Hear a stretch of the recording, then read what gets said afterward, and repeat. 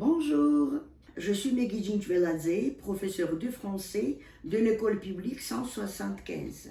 Je voudrais vous présenter mon parcours professionnel, expérience d'enseignement, approche pédagogique. Je travaille à l'école depuis 1976. J'ai acquis une expérience approfondie dans le domaine de la formation et je possède toute la pédagogie nécessaire à ce métier. À partir du 1er octobre 2014 a fonctionné le programme financé par le Fonds pour la promotion de l'enseignement du français de la 3e à la 6e, ce qui a fait motiver les élèves. On organise des olympiades de français, des concours en langue et civilisation française.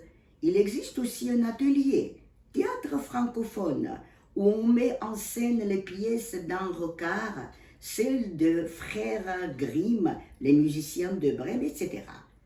Je mets en pratique aussi le français en chantant. Ça marche très bien, ce qui enrichit le vocabulaire des élèves. Ils sont plus libres, actifs, motivés.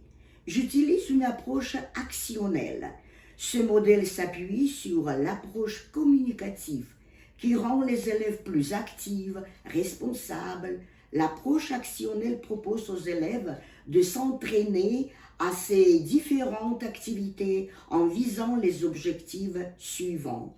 Les exercer à imiter et reproduire les sonores, les intonations, le rythme de la langue, les engager à s'exprimer et à parler de leur environnement scolaire et familial, de leurs goûts, de leurs activités réelles et imaginaires, de leurs projets. Les cours doivent se passer dans un rythme accéléré. En travaillant en groupe, les apprenants s'habituent à bavarder. Et voilà, ce bavardage leur donne les linguistiques utiles. Je pense que les cours doivent être différents, intéressants, avec des jeux audiovisuels, pleins d'activités et bien rythmés. La motivation est indispensable.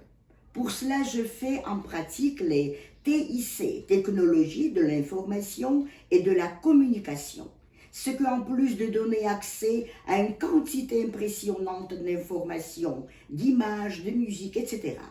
Plusieurs parents me disent que leurs enfants adorent regarder les vidéos sur lesquelles on travaille pendant la leçon de français. Ce site est une bonne stratégie pour améliorer la compréhension orale et la production orale des élèves.